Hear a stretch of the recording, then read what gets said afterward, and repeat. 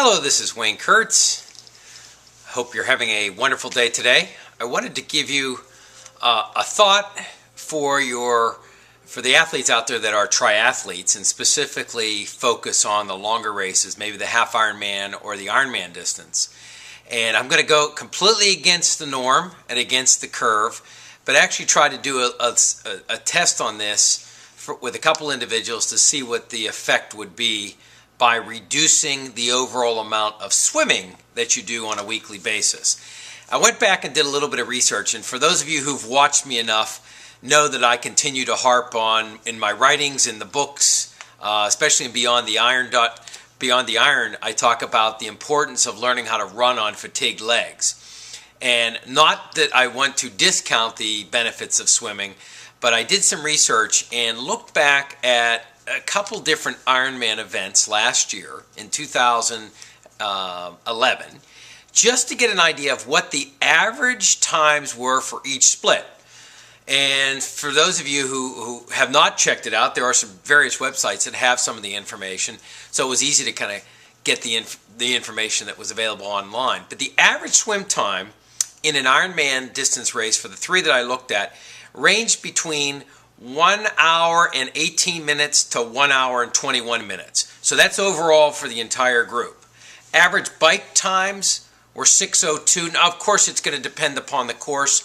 I picked basic flatter courses in Europe and in the US. So the average time was about 6:02, 6 hours and 2 minutes on the bike. And then the run time, which was kind of interesting. I thought it would have been a little bit faster than this.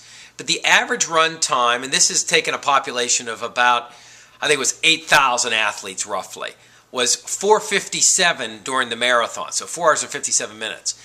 I did think it would be a little bit quicker. But the one thing that I mentioned many times is, how much swim training do you actually really need to do? And I'll give it the caveat. If you come from no swimming background, and you're a runner or you're a cyclist and you're coming into triathlons, absolutely no question, working with a coach and getting technique down is of utmost importance. So I don't want to discount that. But those of you who come from a swimming background or have, or an average or decent swimmer, can you reduce that and spend more time in, and again, you've heard me enough, what matters the most? We watch the Hawaii Ironman every year. We watch all the races. It comes down to one thing. Who runs the best at the end, no matter what the distances are. We can go back when I started 27 years ago. For those of you, some of you probably started earlier than I did. It always was about the run. The duels in Kona, every single thing was always about the run. So if you think about it, can you reduce back a little bit of time if you're an average swimmer? And what I did, in a thought, and actually had a couple of individuals do this as a test as well, was to reduce back swimming to either 1 day or nothing per week for a period of 3 straight weeks. So it is only running and biking. And the only exercise I recommended to do, just to see what the effect would be, was the push-up. There are so many various versions of the push-up. You can go online, and I'll do a future video of the 6 favorite ones that I like.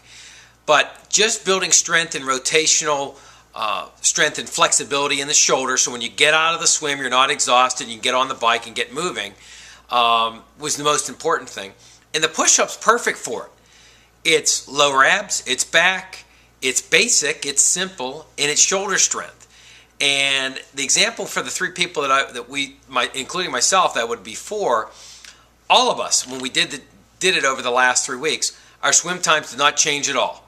And if you look at it, an average time of an hour and 21 minutes for an Ironman time, how much are you actually going to benefit? Are you going to be able to drop it 10 minutes, 15 minutes? Maybe, if you really focused on it. But it's a lot easier to take time off of a 112-mile bike ride or a marathon than it is in a 1 to 1.5 hour swim.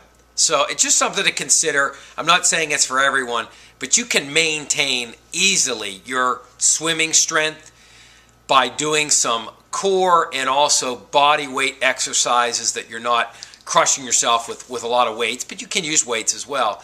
And I was amazed how fresh I personally felt, and everyone else that I had go through this said the same thing. If you're an average to a better than an average swimmer, how much time do you really need?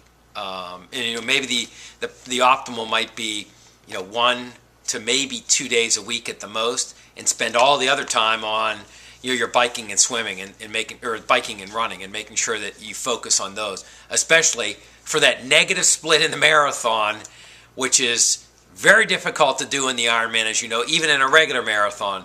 But if you can do that or be pretty close to your first half, you'll do exceptionally well. I mean, it's proven. I mean, it's very clear.